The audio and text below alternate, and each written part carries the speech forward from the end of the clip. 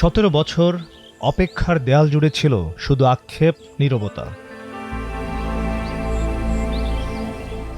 সঙ্গে দীর্ঘ এক লড়াইয়ের গল্প, নির্বাসিত এক নেতা আরেকটি দলের হার না মানা অবিরাম সংগ্রাম।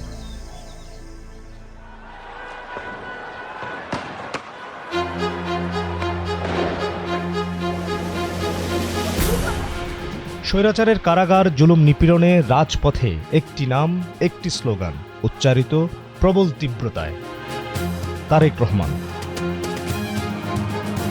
1.5 দশকের বেশি সময় তার প্রতীক্ষায় বিএনপির তৃণমূল।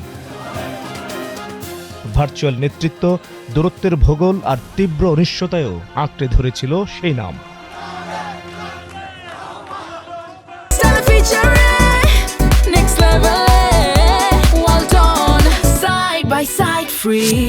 আমাদের নেতার জন্য আমাদের কলজাটা ফাটে যেত, আর যখন যায় তখনই কলজাটা ফাটছে। এখন যে আসবো আনন্দতে ভরে গেছি গা, ঈদে এত আনন্দ নাই। 17 বছর পর আমাদের লিডার বাংলাদেশে আসতেছে, এই জন্য আত্মহারা আমরা খুশিতে আসছি এবং ওনার মাধ্যমে আমাদের বাংলাদেশ আমরা গড়ব। গ্রামের চায়ের দোকান থেকে শহরের গলি ঘুরছি, সবখানে এখন আলোচনা তারেক রহমান। দীর্ঘ নির্বাসন শেষে তার এই দেশে ফেরায় দলের নেতাকর্মী যেমন উচ্ছ্বসিত, তেমনি সাধারণ মানুষের মধ্যে রয়েছে কৌতূহল। এতকাল তাকে দেখা গেছে পর্দায়, ভার্চুয়াল মাধ্যমে। এবার দেশের মানুষ তাকে সরাসরি দেখার অপেক্ষায়। নির্বাসনের রাজনীতি শেষে এবার মাঠের লড়াইয়ে প্রস্তুত বিএনপি। নেতার প্রত্যাবর্তনেও তাই তৃণমূলের উচ্ছ্বাস বাঁধ ভাঙা। মিলবে না বলা প্রশ্নেরও উত্তর। জনগণ প্রত্যাশা করে বিগত 16-18 বছর যেভাবে বাংলাদেশ চলেছে সেভাবে বাংলাদেশ চলবে না। তিনি বাংলাদেশের মানুষকে একটা বৈষম্যহীন বাংলাদেশ উপহার দেবেন, তিনি বাংলাদেশের মানুষকে সুশাসন উপহার দেবেন। ঈদের চাঁদ উঠলে আমরা যেরকম খুশি হই, ঠিক তারেক রহমান যখন ঘোষণা করেছে যে তিনি বাংলাদেশে প্রত্যাবর্তন করবেন, সেই ঈদের আনন্দের মতো আমরা নেতাকর্মীরা এবং বাংলাদেশের জনগণ আমরা অপেক্ষায় আছি। বাংলাদেশ গত 55 বছরে 1 পা এগিয়েছে, 2 পা পিছিয়েছে, 2 পা এগিয়েছে, 3 পা পিছিয়েছে। তা আগামী দিনে তার নেতৃত্বে ইনশাল্লাহ এই দেশে একটা রাজনৈতিক স্থিতিশীলতা আসবে। বাংলাদেশে তিনি একজন রাজনৈতিক নেতাই না, একজন মানবিক নেতাও বটে।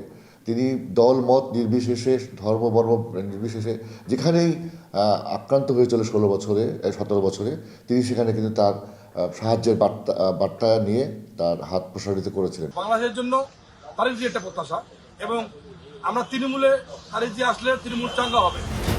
কেন্দ্র আর তৃণমূলের যে ভেদ রেখা, তার প্রত্যাবর্তনে এবার হয়তো ভাঙবে সেই দেয়াল, ঘুচবে সেই দূরত্ব, মিটে যাবে নেতৃত্ব সংকট, ভেতরের ভাঙন।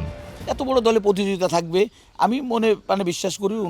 উনি আসার পরে আমাদের শুধু তৃণমূল না, কেন্দ্রেও যদি কোনো ভুল বুঝাবুঝি থেকে থাকে, কোনো রাজনৈতিক প্রতিযোগিতা থেকে থাকে, সেটারও অনেকাংশ অবসান হবে। উনি যখন লন্ডন আছেন বা ছিলেন তখনকার প্রেক্ষাপটটা ছিল ভিন্ন। এখান থেকে মেসেজ সঠিকভাবে উনি কতটুকু পেতেন ব্যাপারে সন্দেহ ছিল।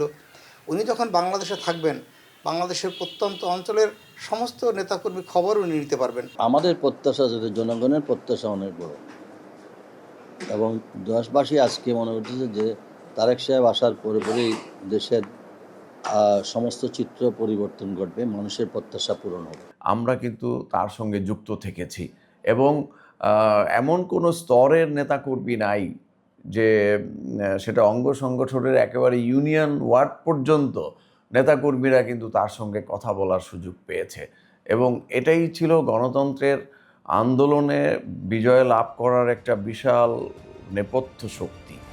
সব ছাপিয়ে তারেক রহমানের প্রত্যাবর্তন শুধু প্রত্যাশার আখ্যান নয়, একটি নতুন শুরু, ঘুরে দাঁড়ানোর সম্ভাবনা, বলছে দলের তৃণমূল।